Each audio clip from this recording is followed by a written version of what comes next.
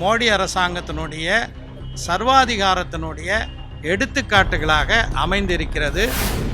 மோடி அரசு ஒரு அராஜக அரசு, அரசமைப்பு சட்டத்தினுடைய மாண்புகளை மதிக்காத அரசு.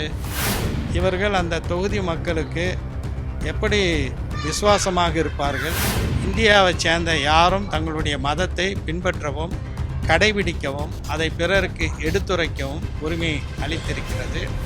பொது இடங்களில் யாரும் மாட்டை அறுப்பதில்லை, பசுமாட்டை அறுப்பதில்லை. நீதியரசர் ஜி.ஆர். சுவாமிநாதன் அவர்கள் தலைமையிலான ஒரு அமர்வு பொது இடங்களில் மாடுகளை அறுக்கக்கூடாது என்று ஒரு தீர்ப்பை வழங்கியிருக்கின்றது.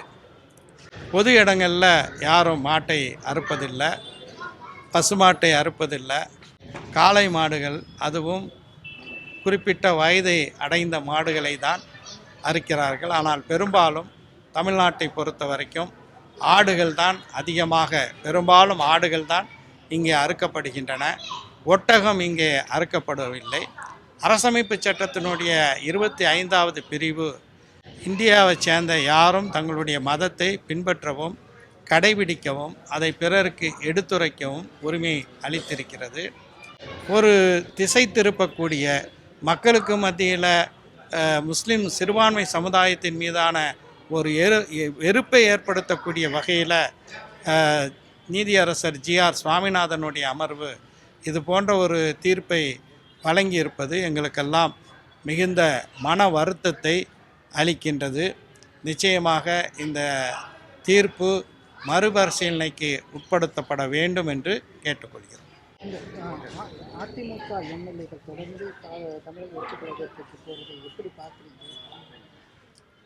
இல்லை, அது தேர்தல் முடிந்த பிறகு அவர்கள் தேர்தல் முடிந்த சில நாட்களிலேயே கட்சி மாறுவது என்பது அவர்களுடைய நோக்கத்தை சந்தேகத்துக்குரியதாக ஆக்குகிறது. ஒரு கட்சியில் நின்று அதே தாவேகா வேட்பாளர்களை தோற்கடித்துவிட்டு ஆட்சி தாவேகா வந்திருக்கக்கூடிய ஒரு சூழலில் அந்த கட்சிக்கு மாறுகிறார்கள் என்றால் இவர்கள் அந்த தொகுதி மக்களுக்கு எப்படி விசுவாசமாக இருப்பார்கள்? அவர்களை அதிகமாக அவர்களுக்கு வாக்களித்து தேர்ந்தெடுத்த வாக்காளர்களுக்கு அவர்கள் செய்யக்கூடிய ஒரு மிகப்பெரிய துரோகமாக இதை நான் பார்க்கிறேன். குதிரை பேரமோ குதிரை வேகமோ எதுவாக இருந்தாலும் சரி, ஒட்டுமொத்தத்தில் ஒன்றை மட்டும் உறுதியாக சொல்ல முடியும். தங்களுடைய தொகுதி மக்கள் அதிகமாக வாக்களித்து அவர்களை ஒரு குறிப்பிட்ட கட்சிக்கு சார்பாக வெற்றியடை செஞ்சுருக்காங்க.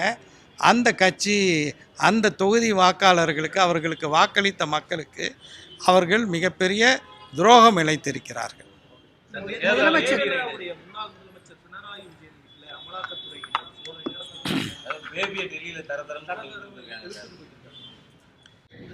மோடி அரசு ஒரு அராஜக அரசு, அரசமைப்பு சட்டத்தினுடைய மாண்புகளை மதிக்காத அரசு என்பதற்கு எடுத்துக்காட்டாக தான் கேரளாவினுடைய முதலமைச்சராக 2 முறை இருந்தவர் பினராயி விஜயன்.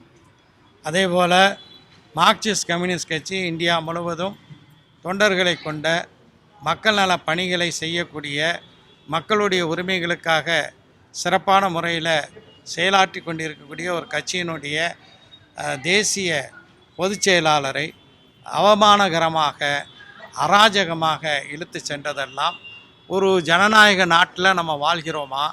அரசமைப்பு சட்டத்தை மதித்து நடக்கக்கூடிய வகையில் இந்த நாட்டினுடைய ஒன்றிய அரசு செயல்படுகிறதா என்பதை பற்றி மிகப்பெரிய ஒரு சந்தேகத்தை எழுப்புகிறது.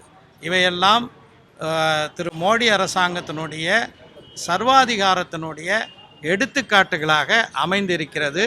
இது நாட்டு நலனுக்கு உகந்ததல்ல.